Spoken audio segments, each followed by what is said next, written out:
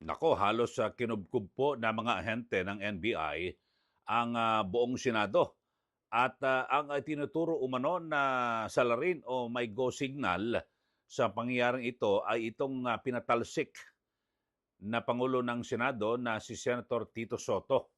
So lumilitaw ho mga kababayan na itong si Soto ang itinuturong nagpapasok di umano sa mga ahente ng NBI dyan po sa Senado. At yun nga ho, ayon nga po kay, kaya talagang uminit po, no? At nagkaroon po ng atensyon dyan po sa Senado. At sinabi po ni Senator Amy Marcos, ang umano'y naging paliwanag ng National Bureau of Investigation ng NBI kung bakit may mga ahente silang nagtungo sa Senado. Kasabay ng paglalabas ng balitang merong nga raw pong warrant of arrest mula po sa ICC laban po kay Senator Bato de la Rosa. At ayon po kay Senator Amy Marcos ay sabi umano mismo na mga tauhan ng NBI, may koordinasyon daw sila sa Senado at pinayagan sila makapasok ni dating Senate President Tito Soto. Nako, matindi ho ito mga kababayan. Ang nakapagtataka talagang sinasabi po ng NBI, hindi naman daw ho kayang pagalitan. Sabi po ng nag-coordinate daw sila sa Senado at hinayaan daw at kinumbida daw sila ng dating Senate President at pinakain pa doon sa kanyang opisina at inaniyahan na doon tumambay. Nako, grabe ho ito mga kababayan. So, parang ipinagkanulo po ni dating Senate President Tito Soto yung kanyang kasamahan. Ito pong si Senator Bato de la Rosa.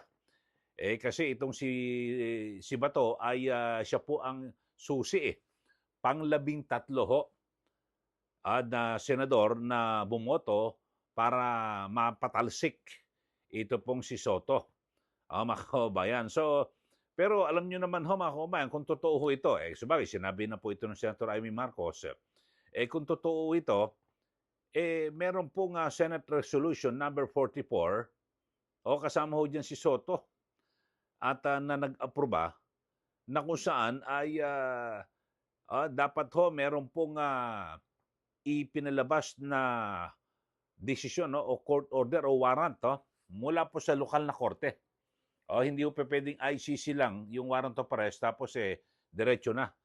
Meron pong resolusyon ho dyan At na kung saan ay dapat ho ay bigyan ng sapat na panahon na ang kinauukulang Pilipino citizen, mamayang Pilipino, katulad po ni Ronald Bato de la Rosa, na gawin po yung lahat po ng legal na remedyo bago isurrender ito sa anumang foreign court.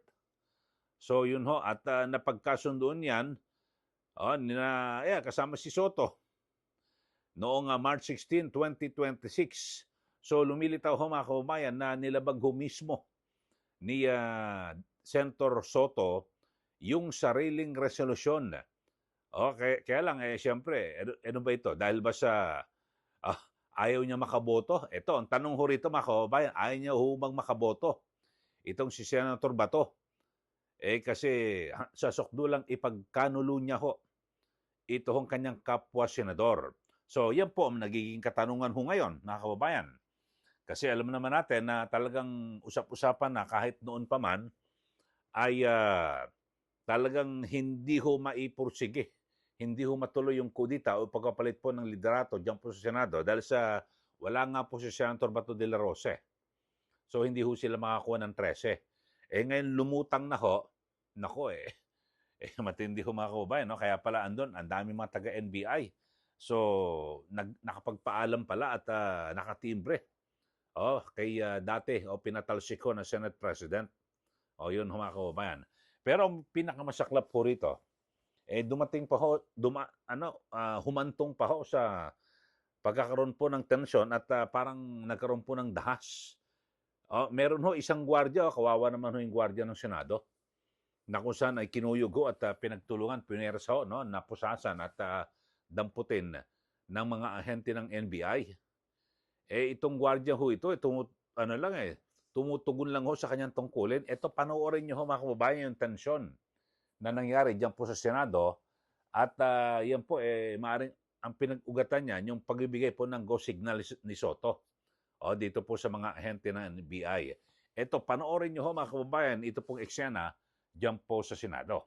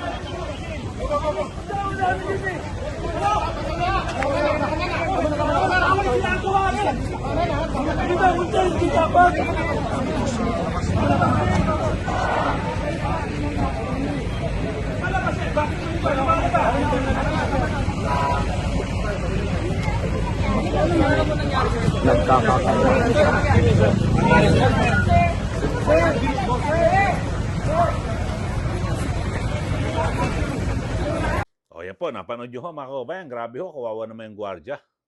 Talagang pinagtulungan ho mga kababayan ng mga NBI at pinilit na pinoposasan eh.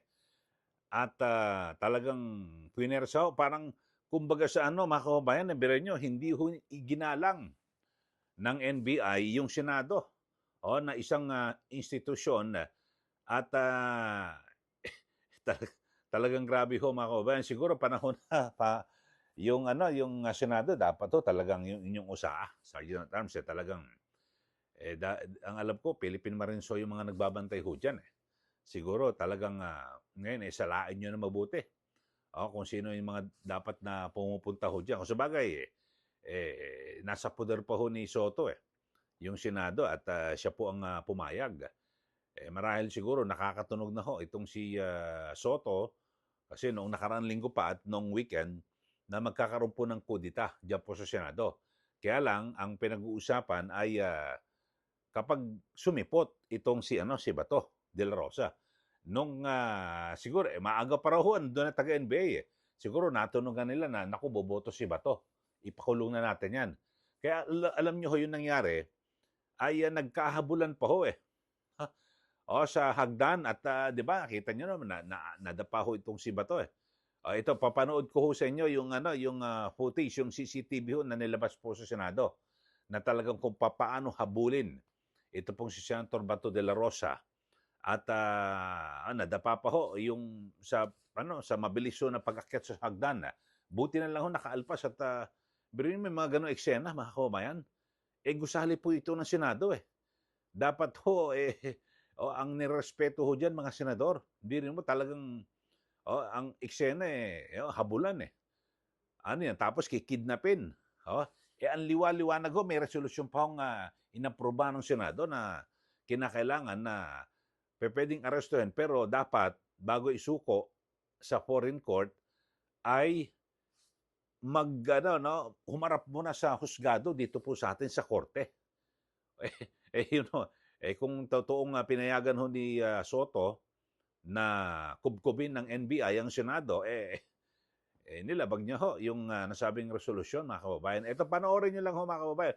Sa mga hindi pa ho nakakakita, ito, yung CCTV footage po sa Senado na talagang nadapa pa ho si Senator Bato. Buti na lang, bilis ho. At nakapasok ko sa session hall. Masakit ho yung daliri. At nakaboto. So, napalitan po ang liderato ng Senado. Ayun, ito, panoorin niyo ho, mga kababayan. Ito ho. Itong CCTV footage na kung saan ay hinahabol po itong si Senator Bato de la Rosa na parang wag kang papasok sa session hall para wag kang makaboto at hindi mabuo yung 13 na senador na magpapatalsik kay Soto. Ito, panoorin po ninyo.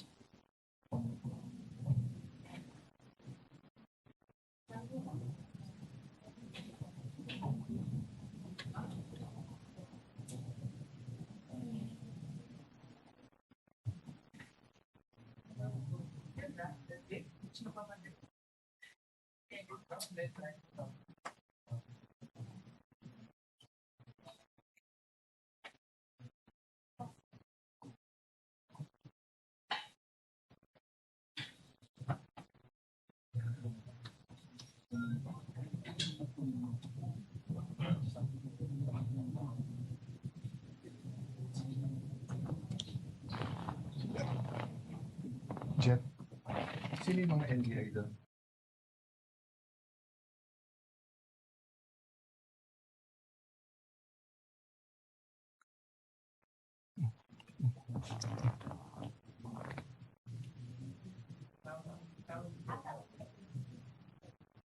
Ayan po napanood, mga kababayan. Grabe ho, di po ba? Ngayon lang ako nakita ng ganyan, senador. Kumbaga sa sarili mong tahanan, tumatakbo ka, hinahabol ka ng NBI. Kung gusto nyong arestuhin, pwede naman ng arestuhin ng maayos eh. Halimbawa, di ba, nandiyan sa Senado. Nagpalit ng, kausapin mabuti yung, yung liderato ng Senado, yung Senate President, di po ba? So, matindi ho itong mga nangyari dito po sa atin. At ito, babalikan lang ho natin mga kababayan, itong kwento ng gwardiya na kaawa-awa. At buti na lang daw, hindi natuloy na na dalhin, isinakay ho sa pick-up pero hindi raw po natuloy, hinarang hindi nakaandar yung pick-up ng NBI. Yung mga naggumamit po ng puwersa, dapat maparusahan na, mabigyan po ng disiplina ang mga taga-NBI. At alam nyo, kita nyo naman ho yung asta ho ng mga taga-NBI diyan po sa Senado. Paano na ho kaya kung ikaw ay isang pangkaraniwang mamayan lang? Wala hong nakakakita, ito ang dami hong media. Nagkalat huro, nakukunan po sila ng video, wala ho silang pakialam. O meron ho silang meron pa isang gwardiya, nakita ko na pinipigilan na tama na yan eh. May sumagot na isang napakayabang na NBI. Gusto mo isama ka? O ito isama. Biro mo, ganun ho. So pwede pala kahit sino pwedeng idamputin ng NBI. Grabe ho ito mga kababayan. No? Ngayon, sa tagal ko na ho sa media, ngayon ko lang ho na nakita yung mga ganito, grabe ho yung mga astahon, mga taga-NBI, napakalalakas po ng loob mo ngayon. So, sana ho matigil na ho yung mga ganyan. Kasi ang alam ko sa NBI sa mga nakaraan ho, mga kababayan, talagang mararespeto at magagalang. Nako ang dami ko mga naging kaibigan na taga-NBI, talagang tahimik lang ho yan at marespeto At yung mga ganyang parang tawag diyan police brutality, sa mga pulis lang ho yung nakikita. Ngayon mukhang ganun na rin po sa NBI. So siguro pinakamaganda ho iharap po itong mga ang tatapang mo, iabang mo mataga NBI at ipatawag ho ng Senado. Imbestigahan po 'yan sa isang komite at kapag pabalang sumagot ipakontempt. Di po ba? At sila naman ay makulong. O ng legal. Legal ho. Biro mo yung gwardiya. Tumutupad lang sa tungkulin, ipaaresto, mga kababayan. Grabe. Kaya ito, panoorin nyo rin ho yung ating ikatlong video na kung saan ay pinuntahan ni Senator Amy Marcos ito hong gwardiya sa kanilang clinic diyan po sa Senado at naikwento kung paano yung kanyang dinanas sa kamay po ng mga taga-NBI. Ito, panoorin niyo po. Dito kami sa clinic ng Senado kasi ang balita, ang NBI nag-take over na ng Senate. At ngayon, pilit silang pumapasok dyan sa Senator's Lounge, sa plenary. At nung hinarang ng security ng Senate, kasi may sariling pulis ang Senate, binugbog at sinaktan ang security ng Senate. Talagang hindi na angkop itong nangyayari. Kawawa naman yung security namin. Ay, naku. Ano ba naman? Ginagawa mo ng trabaho mo, grabe naman siya. Ano, sinunto ka talaga? Lahat pwede yung Sinuntok, dinaganan. Sinuntok, dinaganan? Hindi ko. Anong ginagawa mo? Di ba, pinagbabawalan mo lang na pumasok doon? Hindi ma'am, sinasala ko na din yung palabas kasi advice ko sa amin yung huwag mo nang palabasin yung mga walang QR code, Siyempre. so ang pinapalabas lang ko na yung mga empleyado po ng building po. Bakit nila linakdown ang Senate? Kanino ang Senate? Kanila na? NBI took over the Senate? No ma'am, bali, upon instruction pa rin naman, so pwede na pa-lockdown ma'am. So nung palabas naman, sinasala namin yung lalabas po para ma-hold po yung mga kung sino po yung Ano kasi may tamang ginawa dito? Sinuntok? lahat po. Tubukan Pati dito, nag-block and block ka na, nag-block and block ka na, umot yan. Miss kay kapila. Kapila din ako, ayan. Ano ba? Sinaktan ka Binuhat talaga. po ko papasok ng pick-up po. Ha? Binuhat po din ako. Hanggang sa pick-up nila? Saan ka dadalhin? Hindi ko rin alam. Teka muna, teka. May pamilya rin po ako! Teka muna. Inarang ko po yung katawan ko doon sa may pintuan Sa po. may pinto. Hanggang nakita ko si... One of our lawyers, ma'am, Nakita ko si Atty. Bahmod. Sabi ko, huwag niyo ako huwag niyo akong iwan. Sorry. Ako walang yari itong NBI na to.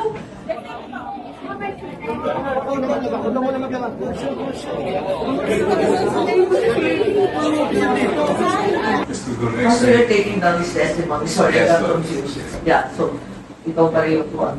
So, ready naman ma'am yung convoy namin. Pinupunin ng CCTV yung kung saan po Hindi, pero maliban doon, yung sakit mo, yung tama sa'yo, hindi naman tama yun na nakakaligtas sila ng commotion na po doon sa lobby ma'am. Tinulak ako pabalibag po doon sa may hall after. Then, after naman, pinabagi yung restore kaya daming Yeah, kaya po, garos ka dyan eh. Pinitin tinitwist mo para maprosasan ko, pero bumulon po ako pati may classes ko na kanila. So buti na lang po nakahawak ako dun sa railings ko doon dahil sa may roll-up. Doon po ng backup. Nung hindi ko nawala na po ako ng balance po, pumalo na po ako dun sa may hagdan ng roll-up doon po. Pinakay ka sa, may sakay ka sa loob. isakay po nila ako sa sasakyan. Pinipit lang doon yung kasama niya sa pinto So, ito po yung pintuan nung nakaganon po yung kamay, yung paa ko sa swing yung isa. Buti na lang nakatakas po ako kasi iba na mo man magsalita yung driver ko eh. Nilumura na ako tapos lahat na pwede yung gawin sa akin, pwede yung gawin sa loob. Buti na lang yung passenger. NBI ba talaga yan? Kapal yan. Medyo pa- Pero nakaalis daw. Nakatakas daw yung mga NBI na so-called na agent. You're not there na? Pero ma-identify Bali ko po yung call po. Basta na-identify ko lang po Magtakbo daw eh. mahabang buhok na nakasalamin po. Agent na mahabang buhok? Eh, hindi ko alam kung Baka agent siya. agent ba talaga yun? Tapos, isa rin po yung medyo mataas po position na dating naka-gel po ba? Yan, si Mel, matibag. Eh kung naka-jelly, si Mel matibag, may salamin. Hindi po. Yung Iba pa yun. nakipagsak yung... May alta pressure ka ba? Meron po ako. Meron. So, chinek mo na? Yes, ma'am. Medyo elevated pa ng konti. Medyo agitated Kaya po siya. nga. We'll just check later. Iwanan kita sa abogado. Balikan ka namin. So, you're going to go to Makati na ka? Yes, ma'am. Pag-iidid na po. Wala to be sure, ah. Apo. Ay, yung mga Lahalos yung mga nag-wrestling naman kay Bato. Opo. Eh, wala po yung commotion po. Eh, as in po, yung hindi palabas po yung labi ko. Thanks, ma'am. Ay, nakamuna. Wrestling ka pa rin. I'm sure. O yan po, mga kababayan, matindi ang kwento ng gwardiya, nakakaawa ho, di ba? Tumutupad lang ho sa tungkulin. Kasi siyempre, siya rin ho mapuputukan, di po ba? Baka mawalan po siya ng trabaho. Ano naman pakialam niya ho sa pag-aresto kay Bato? Di po ba? Basta sinabi niya, sasalain kung sino yung mga lalabas. Di ba? Tapos pinagbunto na ng galit ho ng mga taga-NBI. Kayo ho, ano masasabi niyo ho rito? Pinanood natin, no? Yung una ay, di ba, ang grabe ho, yung kung paano minaltrato at kinuyog ho ng mga taga-NBI, ito pong gwardiya. Tapos yung sa CCTV footage, biro mo talagang pinili to. Buti nakaabot to sa finish line. Ito pong si Senator Bato, nakarating po sa session hall at nakaboto at napalitan po ang liderato ng Senado. Kung hindi pala napalitan itong si Soto, wala na, baka itong si Bato ngayon nasa ere na. Nasa loob po ng eroplano at bumabiyahe na po diyan po sa ICC sa The Hague. Mga kababayan, grabe ho. Ipinagkanulo ang sariling kapwa senador. Grabe ho. Kayo ho, ano masasabi niyo ho rito, mga kababayan? Dito po sa pangyayari, diyan po sa Senado, na kung saan ay nagpalit na po ng bagong liderato at ang si Senate President Alan Peter Cayetano na ang pinuno ng Senado. So, abangan ho natin, mga kababayan. At ako, inaantabayanan ko rin, magiging chairman ng Senate Blue Ribbon Committee.